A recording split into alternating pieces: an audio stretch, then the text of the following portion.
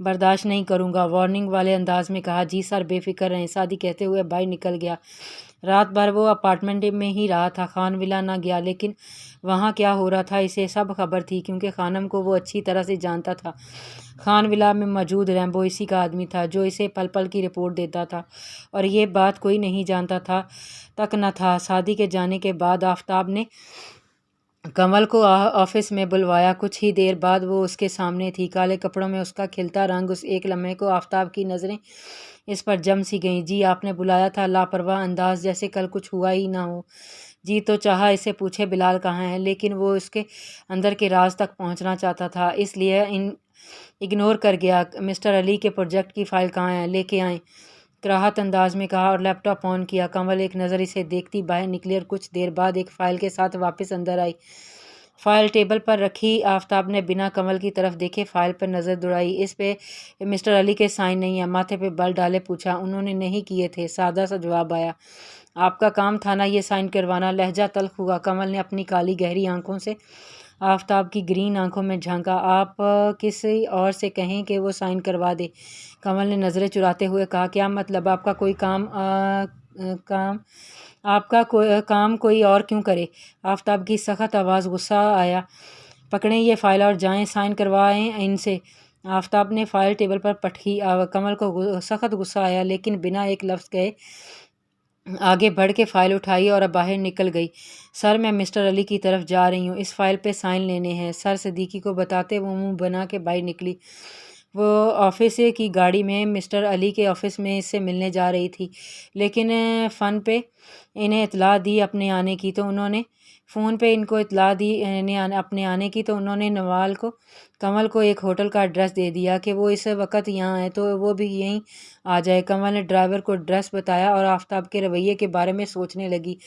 آفتاب کا رویہ اس کے لیے خان ولا میں انٹری کو مشکل بنا سکتا تھا، لیکن اسے آفتاب کو جیسے بھی کر کے، چاہے غصے سے یا پیار سے، ہینڈل کرنا تھا۔ اسے اپنا مقصد کو پورا کرنا تھا، ہر حال میں وہ اپنی ماں کا بدلہ لینا تھا۔ آفتاب صرف ایک مہرہ تھا جس کے ذریعے وہ خان ولا میں داخل ہو سکتی تھی۔ یہی سوچتے ہوئے سفر ختم ہوا اور وہ ہوٹل میں داخل ہوئی۔ ٹیبل نمبر 6 پہ کمل کو مسٹر علی نظر آ گئے۔ السلام علیکم مسٹر علی، مہذبانہ انداز میں سلام کیا۔ وعلیکم السلام، ذہی نصیب، آج تو صبح صبح ہی چاند کا دیدار ہو گیا، تھوڑا مسکراتے کمل کا سر سے پیر تک جائزہ لیتے کہا۔ کمل پیچ تاب کھاتی رہ گئی۔ یہ فائل آپ نے سائن نہیں کیا تھا، اس پہ دیکھ لیں اور سائن کر دیں۔ کمل سیدھے مدعے پر آتی فائل ان کی طرف بڑھائی۔ ارے دیکھ لیں گے فائل بھی، پہلے آپ کو تو دیکھ لیں۔ فائل اٹھا کے سائڈ پہ رکھی۔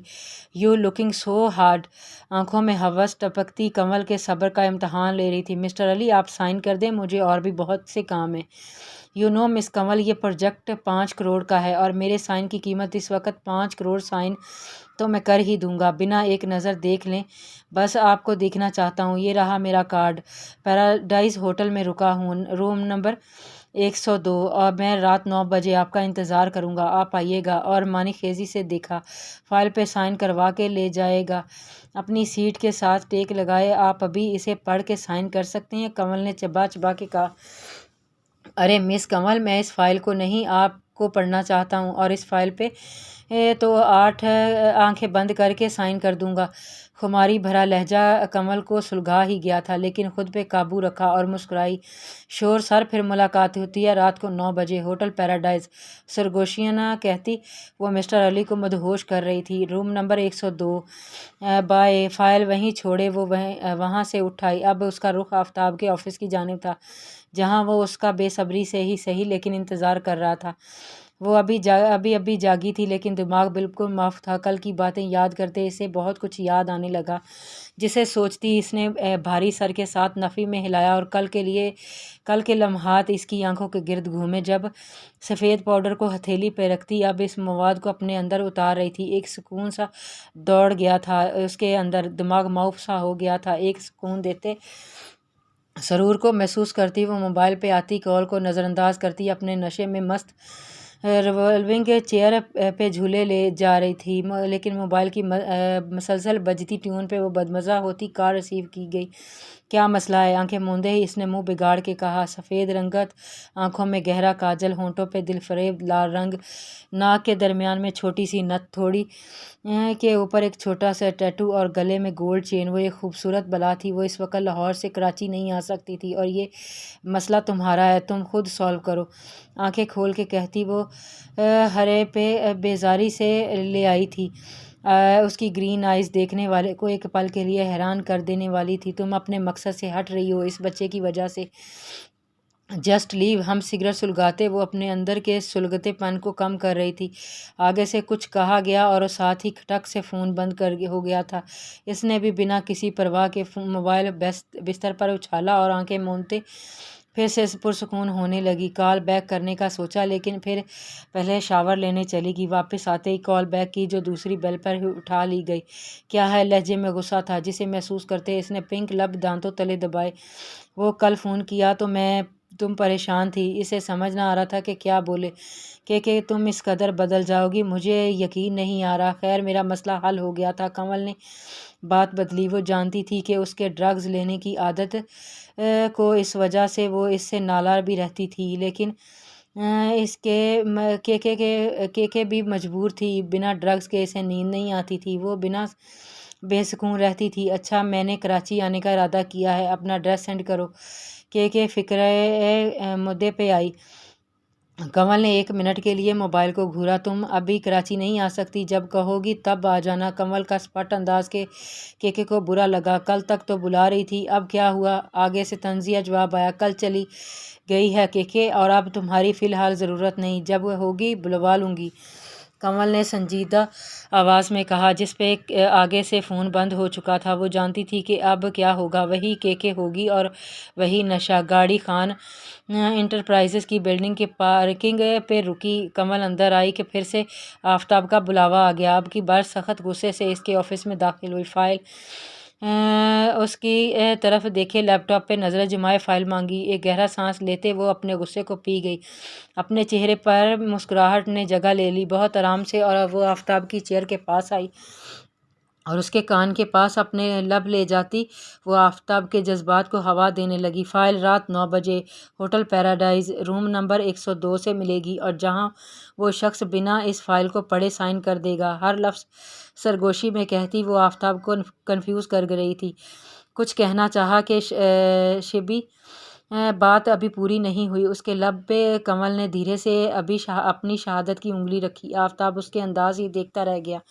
وہ جو اس قدر قریب تھی، آفتاب کے حواسوں پہ چھا رہی تھی۔ 5 کروڑ کے سائن ہیں جو فائل کو بنا پڑھے ہوں گے، لیکن تھوڑا اور قریب ہوئی۔ اس کی چیئر کے دونوں اطراف پر ہاتھ رکھتی، اس کے چہرے کے سامنے اپنا چہرہ کرتی، وہ اس کے کانوں کے پاس آتی، اس کے کانوں کی لو کو چھوتے مزید گویا ہوئی آپ کی بیوی کو پڑھنا چاہتا ہے لفظ وہ رات کو مجھے دیکھنا چاہتا ہے۔ بہت خمار آلود انداز تھا، لیکن اس کے الفاظ آفتاب کو کسی برچھی کی طرح دل میں پیوست ہوئے۔ جھٹکے سے کنول کو کھینچ کے اپنی گود میں بٹھایا، اس کی پشت اپنے سینے سے لگائی۔ وہ جو اپنی بات کہہ کر مڑنے والی تھی، اس افدات پہ دل تھام گئی تھی۔ ایک ہاتھ اس کے پیٹ پہ لاتے اسے اپنے قابو میں کیا کہ وہ اپنی جگہ سے ہل نہ سکی، جبکہ دل نے الگ شور مچایا۔ بہت شوق ہے خود کو لفظ پڑھوانے کا، تو میں ہوں نہ پڑھنے کے لیے۔ اس کے کان کی لوؤں کو اپنے لبوں سے چھوتا، اسے دانتوں سے کاٹا تو کنول نے سسکی لی اور اگلے ہی پل اسے اپنی طرف موڑا۔ یہ سب کہنے کی ہمت بھی کیسے ہوئی تمہاری؟ جارحانہ انداز، آنکھوں میں شدید غصہ، بے قابو ہوتے جذبات۔ کنول کو لگا اس نے سوئے ہوئے شیر کو جگا کے غلطی کر دی ہے۔ بولو۔ اس کی کمر پہ دباؤ بڑھایا تو وہ مچلی۔ دل کی دھڑکن منتشر ہوتی اس کے وجود کو ہلا رہی تھی۔ وہ ابھی بھی اس کی گود میں بیٹھی کانپ رہی تھی۔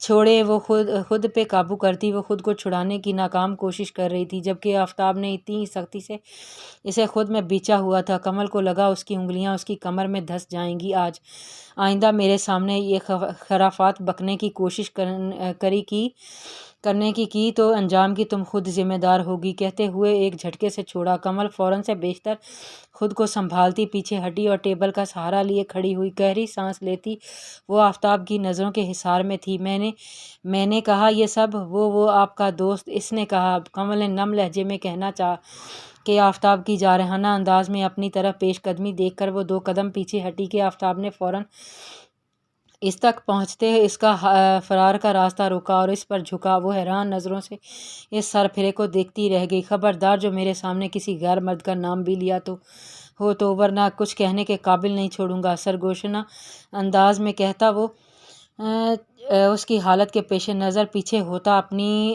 چیئرز پر آرام سکون سے بیٹھا، جیسے کچھ ہوا ہی نہ ہو۔ اپنا حلیہ درست کریں، میرے لیے ایک کپ کافی لے کے آئیں، اور لیپ ٹاپ پہ فنگرز چلاتے ہوئے مصروف انداز میں کہا تو کنول ایک پل حیرت سے اسے دیکھتی اپنا آپ ٹھیک کرتی باہر نکلی۔ ٹینا کے ہاتھ کافی بھجوا کے وہ اپنے کیبن میں آ گئی۔ دوبارہ آفتاب کے آفس میں جانے کی غلطی نہ کی، جبکہ اپنے آفس کے گلاس ڈور سے اس کے کیبن کو دیکھتے وہ اس کی حالت پہ زیر لب مسکرایا۔ وہ اگلے ہی لمحے فون پہ مسٹر علی کے بارے میں سعدی کو ساری بات سمجھاتے وہ مطمئن ہو چکا تھا۔ وہ اور سیٹ سے ٹیک لگائے وہ اب کافی پیتے فرصت سے کام کرتی اپنی بیوی کو دیکھ رہا تھا، جس کی ذات ابھی بھی ایک بند کتاب تھی اور وہ اسے لفظ لفظ پڑھنا چاہتا تھا۔ آپ کیسے اتنی آسانی سے میری بیٹی کا حق کسی کو بھی دے سکتی ہیں آپا؟ ایسا کیوں؟ سامیہ پھپھو، جنہیں سب پھپھو ہی کہتے تھے، اس وقت خانم کے روم میں اپنے دل کا درد بیان کر رہی تھی۔ سامیہ خانم نے کچی گولیاں نہیں کھیلیں، تھوڑا صبر کر جاؤ، جو حق تمہاری عروج کا اسے میں دلا کے ہی رہوں گی، بس مجھے ایک بار جان لینے دو۔ دیجے نے کیا کیا بتایا چھوٹے خان کو، پھر اس طرح ہینڈل کروں گی۔ اپنے دل کی بات اپنی بہن سے شیئر کی، لیکن اسے نولکھا ہار دینے کی کیا ضرورت تھی؟ اصل غصہ جس بات پہ تھا وہ بھی بول دی۔ خانم نے ترچھی نظر سے بہن کو دیکھا۔ دیا ہے تو واپس لینا بھی جانتی ہوں میں۔ خانم ہوں خانم، میری سوچ تک کوئی نہیں پہنچ سکتا۔ کمرے میں ارباز خان کے آتے ہی سامیہ چپ چاپ باہر نکل گئی۔ دروازے کو لاک لگاتے وہ اپنی محبوب بیوی کے پاس آئے، جو آج تھوڑے نخرے دکھا رہی تھی۔ ناراض ہے میری جان؟ کمر کے گرد بازو حائل کیے آپ نے سب کے سامنے ڈانٹا؟ وہ انوٹھے پن سے کہا۔ ڈانٹا کہاں، بس پکارا تھا، پیار سے اپنے قریب کیا۔ ایک ہی بات ہے، ان کی شرٹ کے بٹنوں سے کھیلتی وہ ہونٹوں کو پھیلا کے بولی، ہائے میری جان، اتنی ہماری مجال کہ کچھ کہہ سکیں؟ آپ کو جان ہے آپ ہماری، جس دن آپ کو تکلیف پہنچائیں مر ہی نہ جائیں ہم۔ اللہ نہ کرے کیسی باتیں کر رہے ہیں آپ، اللہ آپ کو میری زندگی بھی لگا دے۔ کہتے ہوئے ان کے سینے سے لگی، پھر ناراضگی ختم سمجھو۔ خانم کے بالوں پہ لب رکھتے ہوئے وہ خمار آلود انداز میں بولے تو خانم مسکرا دی۔ انہی کے کہنے پر تو وہ یہ چال چلی تھی۔ خانم نے پھپھو سے بات ہوئی تھی؟ کمرے میں آتے شامیر نے سرسری انداز میں پوچھا، لیکن انابیہ کی آواز نہ آئی۔ میری بھی ہوئی تھی، تمہاری طرف سے تھوڑی ٹینس تھیں، لیکن مطمئن کر دیا تھا میں نے۔ کبر سے سر نکال کے کھوئی ہوئی انابیہ کو دیکھا۔ انا واپس آ جاؤ یار۔ انابیہ جو کب سے اس نولکھے ہار کو دیکھتی گمسم بیٹھی تھی، آخر شامر چڑ کے بولا، شامر مومانی نے کیا مجھے واقعی ایکسیپٹ کر لیا ہے؟ یہ سوال کوئی وہ چوتھی بار پوچھ رہی تھی اور شامر اب تنگ پڑ گیا تھا۔ اس کے اس سوال سے جھٹکے سے اٹھایا اور اسے اپنی جگہ سے اٹھاتا اپنے سینے سے لگا گیا۔ میری جان، کوئی ایکسیپٹ کرے یا نہ کرے، میرے لیے میری انابیہ انمول ہے، دھیرے سے کہتے اس کے بالوں کا کان کے پیچھے کرتا وہ اس کے ماتھے پہ لب رکھ گیا تھا۔ تبھی دروازہ کھولتے عروج اندر آئی۔ ان دونوں کو اس قدر قریب دیکھتی اندر تک سلگ گئی تھی۔ آپ دونوں کو خالہ جان بلا رہی ہیں۔ چہرے پر جھوٹی مسکان لیکن لہجہ طنزیہ، آتے ہیں تم جاؤ، اور ہاں نیکسٹ ٹائم روم میں آنے سے پہلے دروازے پہ نوک کر کے اجازت لینا، شامر نے سپٹ انداز میں کہا تو عروج اپنی انسلٹ پہ پیچ تاب کھاتی رہ گئی اور وہاں سے واک آؤٹ کر گئی۔ آپ کو ایسے نہیں کہنا چاہیے تھا، بہن کی طرح ہے وہ آپ کی۔ انابیہ نے شامر کا ہاتھ تھام کے کہا۔ او ریئلی؟ شامر اس کے پاس سے واپس اٹھا۔ ہاں، لیکن کسی پہ بھی بھروسہ مت کرنا نا، میں پہلی اور آخری بات کہہ رہا ہوں، کوئی بھی کسی پہ بھی بھروسہ نہیں کرنا۔ شامر نے اس کے قریب آنے پہ اس کا ہاتھ تھامتے ہوئے بہت پیار سے کہا۔ انابیہ نے مسکراتے ثابت میں سر ہلایا۔ دونوں کا رخ باہر کی جانب تھا۔ 7 بجے کے قریب وہ کام ختم کرتی جانے کے لیے اٹھی۔ تقریباً آفس خالی ہو چکا تھا کہ اسے آفتاب کی کال آئی۔ اس نے آفس میں بلایا۔ کنول کا دل پھر سے دھڑکنے لگا۔ صبح کے بعد اب تک دوبارہ بات نہ ہوئی تھی، نہ ہی آفتاب نے اسے بلایا تھا، بلکہ وہ کسی میٹنگ کے سلسلے میں آفس سے جا چکا تھا۔ اسے ساتھ لے کے نہ گیا تھا، بلکہ آج صدیقی صاحب نے سارے اکاؤنٹس کا پینڈنگ کام اسے دیا ہوا تھا، جسے کرتی وہ اچھی خاصی تھک گئی تھی۔ وہ نہیں جانتی تھی کہ آفتاب کی واپسی کب ہوئی۔ اب جب کہ بلاوا آیا تو دھڑکتے دل کے ساتھ وہ اس کے آفس میں داخل ہوئی۔ جی آپ نے بلایا؟ نظریں ادھر ادھر کرتے ہوئے پوچھا۔ وہ صبح کی ہوئی حرکت ابھی تک نہیں بھولی نہ تھا۔ یس، کام ختم ہو گیا تو ایک ساتھ چلتے ہیں گھر۔ اپنا لیپ ٹاپ بند کرتا وہ اجلت میں بولا، مطلب میں سمجھی نہیں۔ کمل کو آفتاب کی اس بات پہ جھٹکا لگا۔ میرے گھر یعنی ہمارا گھر، میرا اپارٹمنٹ میں ہر لفظ پہ زور دیا۔ آپ کیا کہہ رہے ہیں؟ میں کیوں جانے لگی آپ کے ساتھ؟ کمل تو ہتھے سے اکھڑ گئی۔ میں نے پوچھا نہیں بتایا ہے، اور کوئی بھی سین کریٹ مت کرنا۔ اور چلو۔ اس کا ہاتھ تھامے وہ کیز اور موبائل اٹھاتا باہر کی جانب قدم بڑھانے لگا کہ کمل نے جھٹکے سے ہاتھ چھڑایا۔ میں کہیں نہیں جاؤں گی آپ کے ساتھ، قطعی انداز میں کہتی وہ منہ پھیر کے باہر جانے لگی کہ آفتاب نے ایک ہاتھ سے اس کی کلائی تھام کے اپنے اور کھینچا تو وہ کٹی پتنگ کی طرح اس کے سینے سے جا ٹکرائی۔ تم کیوں مجھے مجبور کرتی ہو سختی کرنے پہ؟ جب پیار سے ایک بات کہی ہے تو سمجھ نہیں آتی؟ آفتاب نے دھیمے لہجے میں کہتے اس کا چہرہ اپنے چہرے کے قریب کیا۔ آپ مجھے زور زبردستی نہیں، خود کو چھڑواتے کہنا چاہا۔ میں زور زبردستی کرنا بھی نہیں چاہتا، اور مجھے مجبور مت کریں۔ آفتاب نے اس کی بات کاٹتے سنجیدہ لیکن نارمل انداز میں کہا۔ آپ مجھے میرے ہاسٹل جانے دیں۔ نظریں چراتے ہوئے کہا۔ اوکے، پہلے بتاؤ مجھے بلال کہاں ہے؟ اس کے بعد جا سکتی ہو۔ آفتاب اب بھی اس کے چہرے پر نظریں گاڑے کھڑا تھا۔ ایک پل کو تو کمل پتھرا سی گئی۔ مجھے نہیں معلوم، اپنی بہن سے پوچھیں کہ اس کے شوہر نے بلال کو کہاں چھپا کے رکھا ہے۔ آخر میں طنزیہ لہجہ اپنایا۔ تو بنا نکاح کیے ارسل نے تمہیں کیسے چھوڑ دیا؟ اگلا سوال دھاگا۔ آپ کو بھی پتہ ہے نکاح پہ نکاح نہیں ہوتا۔ خود کو اس سے چھڑواتے منہ بناتی وہ بولی، اور جب نکاح ہوتا ہے تو بیوی شوہر کے ساتھ اس کے گھر میں رہتی ہے۔ گمگیر انداز میں کہتے اس کی کمر پہ انگلیاں پھیریں تو وہ بری طرح لرزی۔ نکاح ختم ہو بھی سکتا ہے، سمجھے آپ؟ اپنی طرف سے دھمکی دی۔ آفتاب نے لب بیچتے اس کو دیکھا اور گردن سے ہاتھ ڈالتا اس کے بالوں کو مٹھی میں جکڑ کے چہرہ اوپر کیا کہ وہ سسک کے رہ گئی۔ نہ مسز کمل آفتاب، نہ بھول کے بھی یہ بات اپنے چھوٹے سے دماغ میں لانے کی غلطی مت کرنا، ورنہ زمین میں گاڑ دوں گا۔ اپنی گہری اور سلگتی سانسوں کو اس کے چہرے پہ چھوڑتے وہ اسے بہت اچھی طرح اپنی طاقت کو باور کرا گیا تھا۔ چلو شاباش، اب اچھے بچوں کی طرح میرے ساتھ چلو۔ بنا کوئی ڈرامہ کریٹ کیے اس کے گال کو تھپ تھپا کے کہتے اسے چھوڑتا اس کا ہاتھ تھاما کہ اسے اپنی جگہ پہ وسط کھڑے دیکھ ٹھٹر کے سر نفی میں ہلاتا اس کی جانب پلٹا۔ اگر آپ یہ نکاح قائم رکھنا چاہتے ہیں تو آپ کو مجھے خان ولا میں اپنے ساتھ رکھنا ہوگا، ورنہ مجھے ڈائیورس کے لیے عدالت کا رستہ آتا ہے۔ آنکھوں میں آنکھیں ڈال کے کہتی وہ آفتاب کو ایک چیلنج لگی۔ تو تم چاہتی ہو میں تمہیں خان ولا لے کے جاؤں؟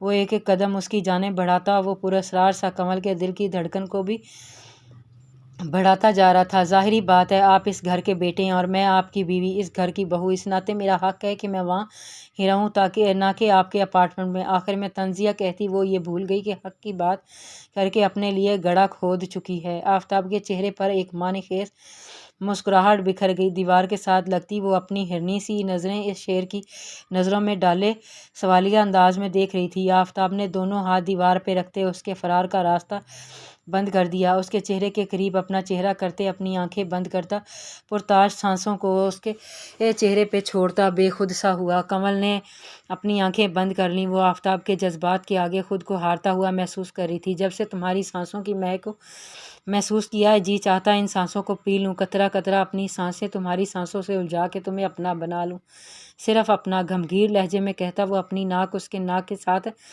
رب کرتا اس کی سانسوں کو پینے کی چاہ رہا تھا کہ یکدم ہوش میں آتے ہی کمل نے آفتاب کو پیچھے دھکیلا۔ وہ ذرا کا ذرا اپنی جگہ سے ہلتا آنکھیں کھول گیا۔ دور دور رہ کے بات کریں۔ اپنی منتشر سانسوں کو سمیٹتی وہ لرزیدہ لہجے میں بولی۔ آفتاب کو اس کی یہ حرکت سخت بہت بری لگی۔ جھٹکے سے خود کے قریب کرتا اس کی سانسوں میں اپنی سانسیں الجھا گیا۔ وہ بے آب ماہی کی طرح مچلی، لیکن آفتاب کی مضبوط گرفت سے نہ نکل سکی۔ آئندہ ایسی حرکت کی تو اس سے بھی بری سزا دوں گا جو تمہاری ننھی سی جان برداشت نہیں کر پائے گی۔ پیچھے ہوتے اس کو بے بس کرتا وارننگ والے انداز میں کہتا وہ کمل کو بری طرح سے چپ کرا گیا۔ تمہیں خان ولا جانا ہے نا؟ اب کی بار سنجیدگی سے پوچھا۔ تو ٹھیک ہے، تیاری کر لو، آج ہی لے کے جاؤں گا اور تمہیں اس گھر کی بہو کا حق دلواؤں گا، لیکن یاد رکھنا۔ پاس ہوتے اس کے کان کے پاس جھکتا وہ پھر سے اسے ڈرا گیا۔ حق دوں گا تو حق وصول بھی کروں گا، سمجھی؟ اس کی کان کی لوؤں کو چھوتے ہوئے وہ پیچھے ہٹا، جبکہ کمل کا تو دل بری طرح بے چین ہوا۔ آنکھیں پھاڑے وہ اس سر پھرے کو دیکھ رہی تھی۔ کیا کہہ رہے ہیں کمل کو اپنی آواز کسی گہری کھائی سے آتی سنائی دی۔ آفتاب سینے پہ ہاتھ باندھے اسے گہری نظروں سے سر سے پاؤں تک جانچا۔ آج وکھلے رنگ میں آفتاب پہ بجلیاں گرا رہی تھی، بنا کسی شرط کے، میرے اپارٹمنٹ میں یا پورے حق سے خان ولا میں۔ آفتاب نے کمل کا اچھا خاصا پھنسا دیا تھا۔ آپ کے اپارٹمنٹ ہی ٹھیک ہے۔ ہار مانتی وہ پاؤں پٹکتی باہر نکلی۔ آفتاب بھی زیر لب مسکراتا اس کے پیچھے ہی نکلا۔ جاری ہے